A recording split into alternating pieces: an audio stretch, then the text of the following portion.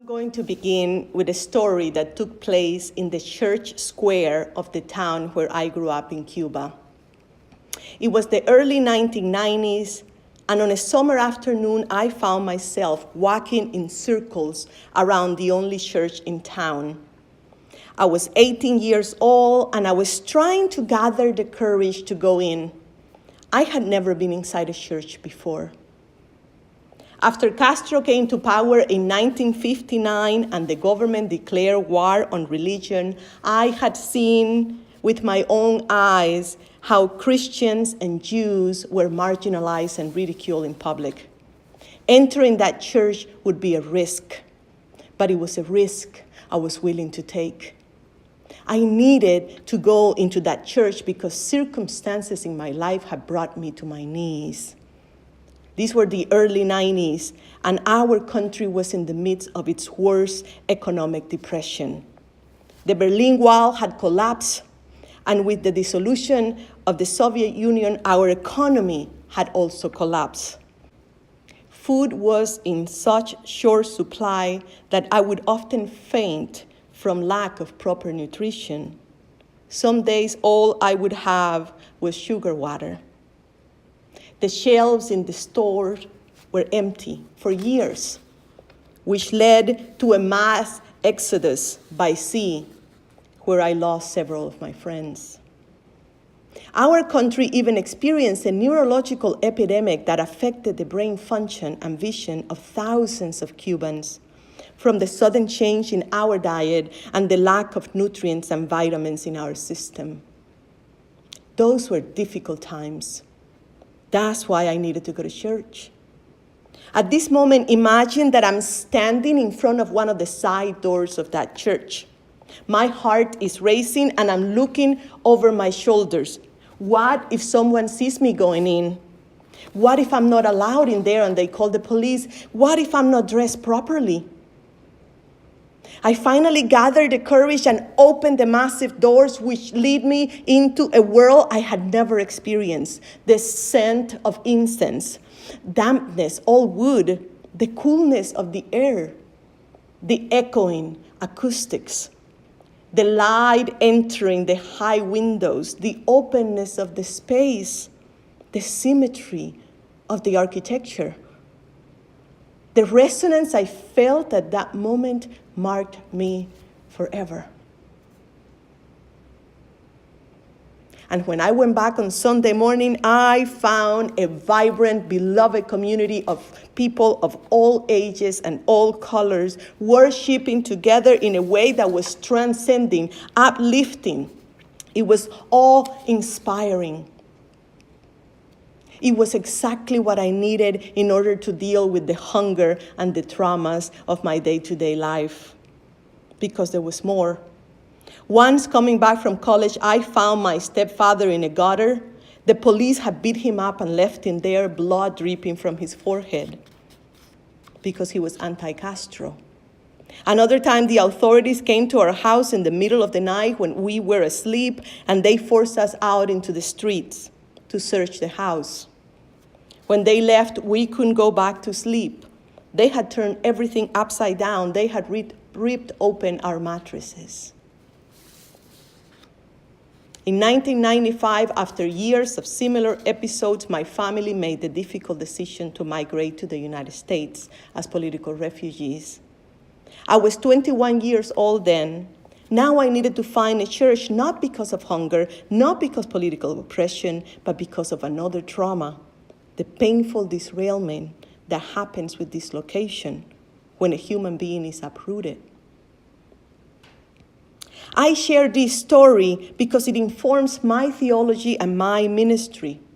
It also explains how, in times of change, in times of uncertainty, we human beings need the transcendent, need the beloved community in order to deal with the complexities of life. It shows how religion must pay attention to the global, to the local, to the personal.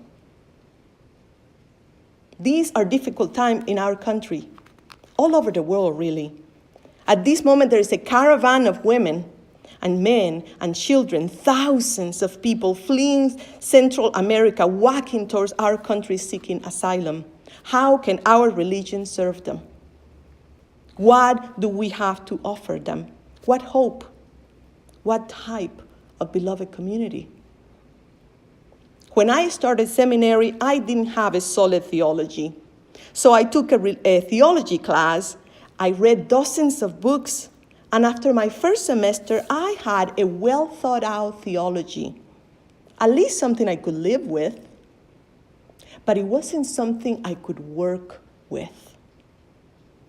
I couldn't bring that to the poor in the community where I was doing ministry as a volunteer. Not to the homeless, not to the addicts, not to the people facing deportation in immigration court. Later, working as a chaplain at a level 1 trauma center, as I walk into rooms with the dying and the suffering, I found the same. Most of these people were in places similar to where I had been at 18. They reminded me that during difficult times, most of us has had that impulse I had when I was 18.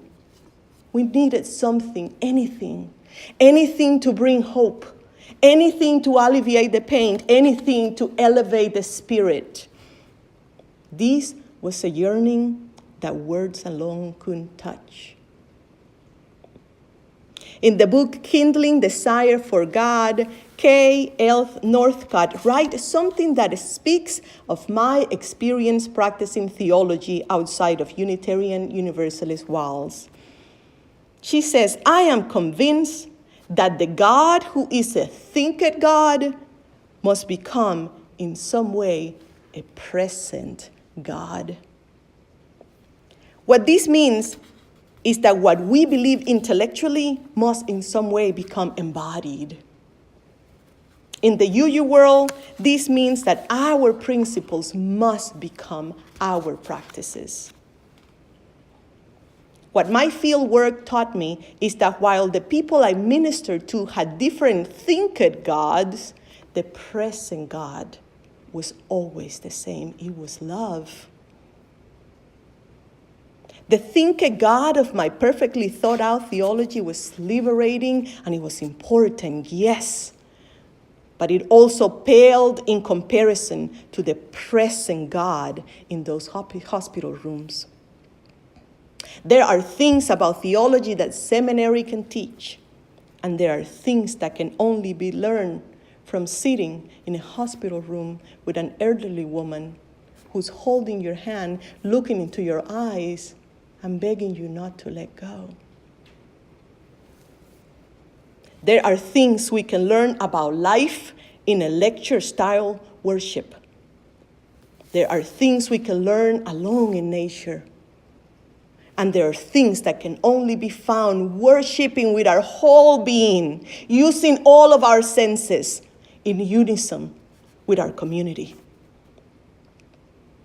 In 2 words, I can sum up my theology today: love and liberation. Love that comforts and love that liberates. I am talking about a love for life that says no to any form of oppression that keep us from feeling that love, from embodying that love, from living that love, from spreading that love. I am talking about a love that makes us come together and sing in joy to worship as a way of communion, of hope, of surrender, of healing, of building resilience, so that we can go back to deal with the difficulties of life during these times of change. I dream of a day when in the UU world we can break free from the tyranny that divides my body and mind, and where we can bring both the thinked God who liberates us from oppressive theologies and the present God who enriches our lives with wonder, awe, beauty, and oneness. That will be a day when we will become more welcoming to the diversity of paths that come here to find meaning and purpose, to find comfort and hope. There is an African American spiritual that says, Let your little light shine, shine, shine. Let your little light shine, oh my Lord. There may be someone down in the valley trying to get home. So let your little light shine, shine, shine. I like this challenge now in the hope that our faith can shine the light on all of those who, like me, at 18, are out there walking in circles, desperately trying to get home. Light, shine, shine, shine. Let your little light shine.